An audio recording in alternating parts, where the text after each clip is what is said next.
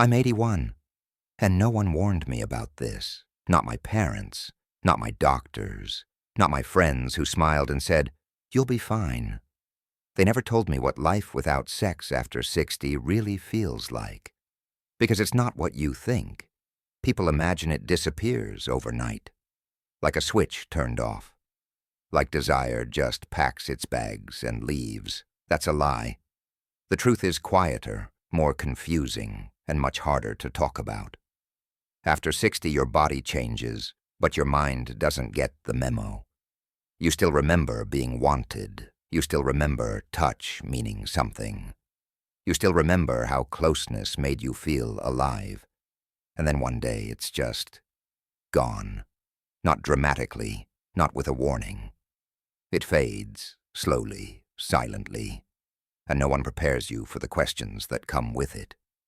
Is something wrong with me? Did I wait too long? Am I still a man, a woman, if no one desires me anymore?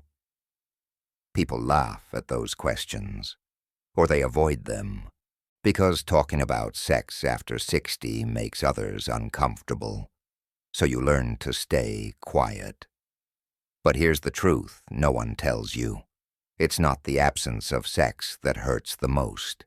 It's the absence of being seen, being touched without explanation, being wanted without effort, being close without shame. That's what disappears first. And if you don't understand what's happening, you start believing the wrong story about yourself. That aging means emptiness. That desire had an expiration date. That you're supposed to accept silence as maturity. I believed that, too, until I realized something very important. Life after 60 doesn't end. But it does change in ways no one warns you about.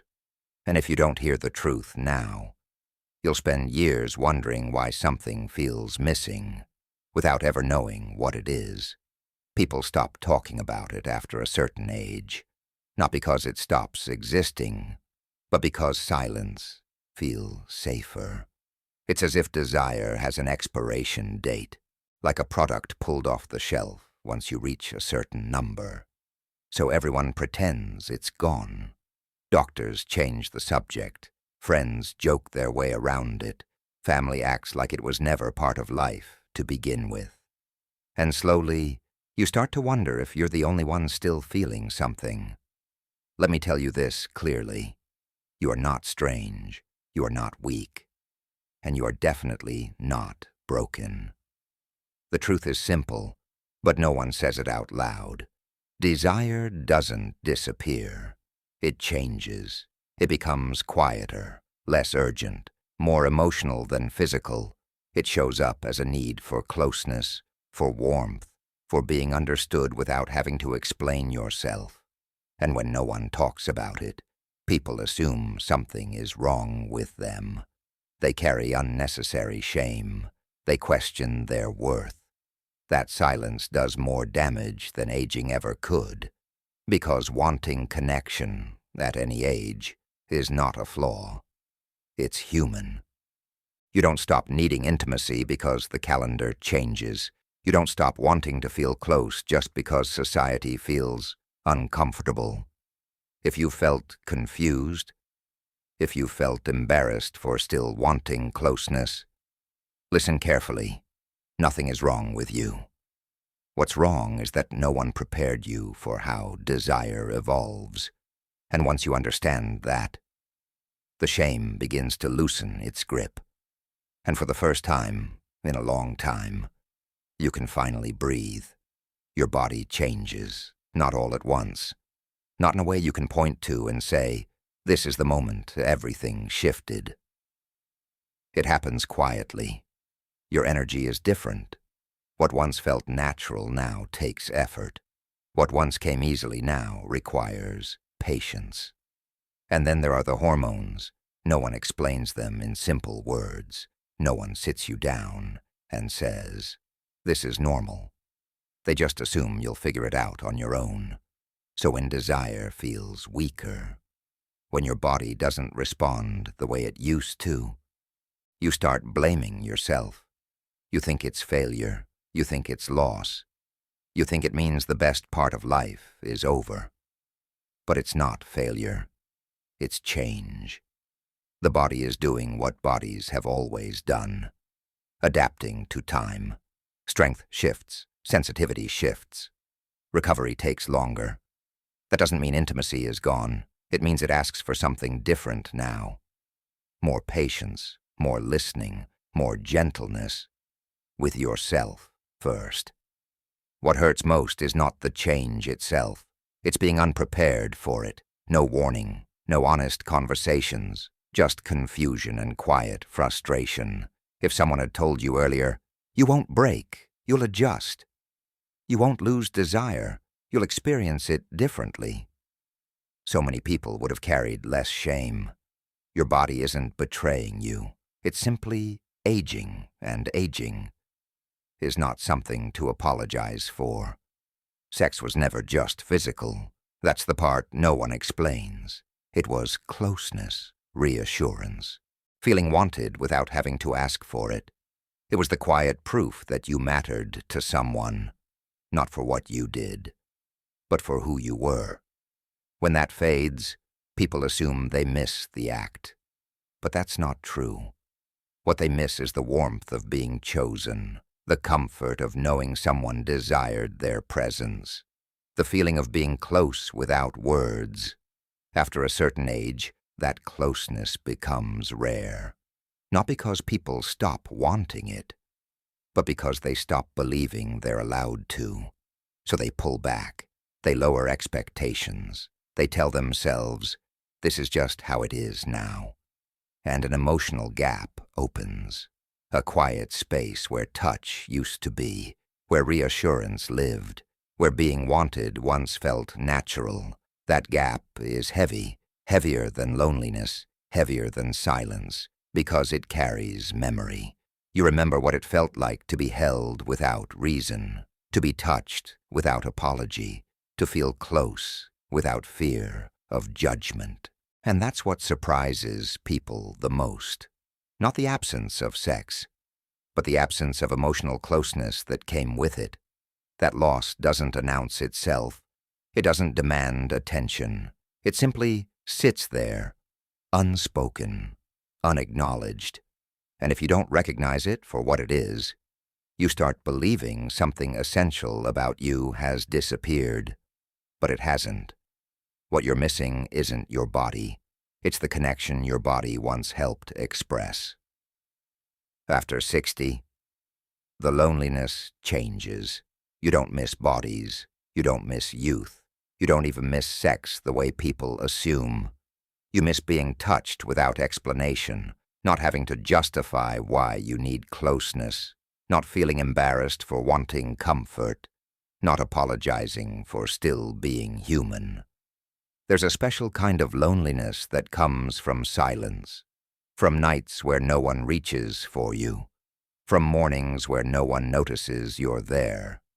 And the hardest part, you don't feel allowed to talk about it.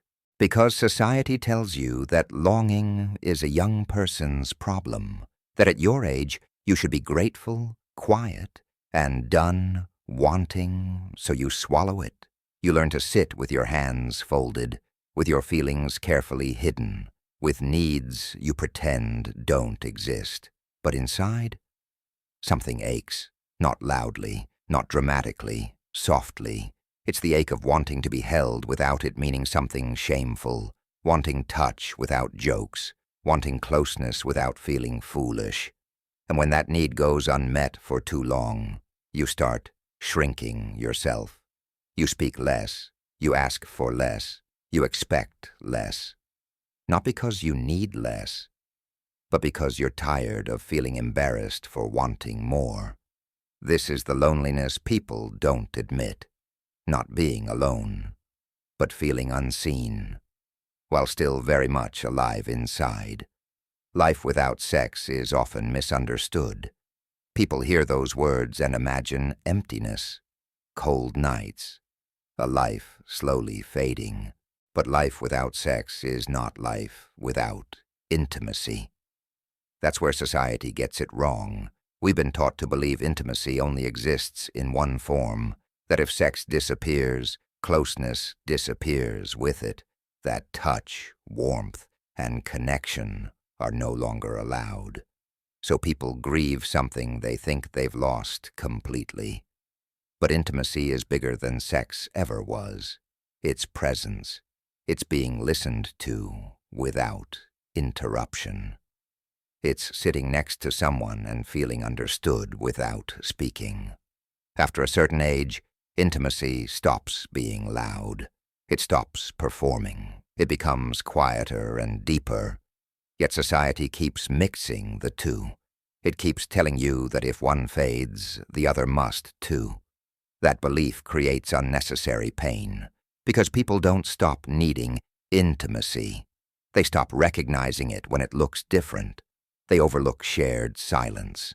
They dismiss gentle touch. They undervalue emotional safety. And then they say, life feels empty now.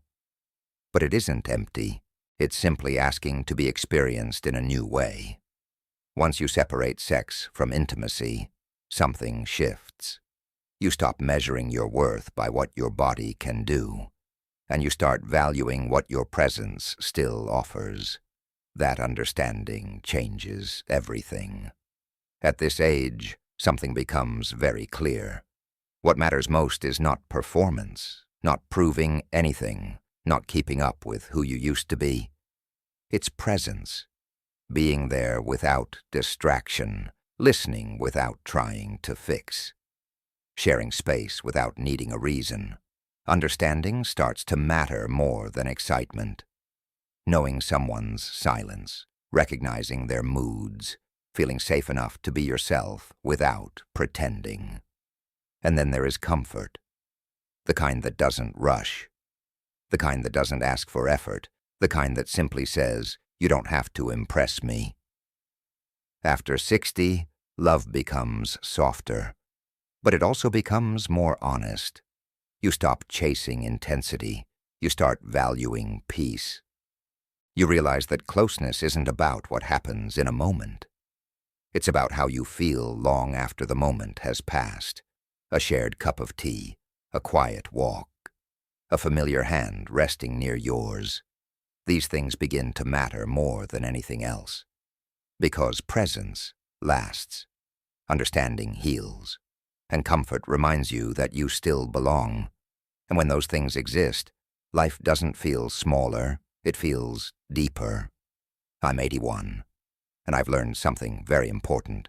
Life without sex didn't end me. Silence did. The silence of not talking, the silence of pretending everything was fine, the silence of carrying feelings no one ever asked about. Silence grows slowly. It doesn't arrive all at once. It settles in when you stop sharing what's inside, when you stop admitting you need closeness, when you stop saying you still want to feel connected, when you convince yourself it's better to stay quiet. That silence becomes heavy, heavier than aging, heavier than loneliness, heavier than time itself.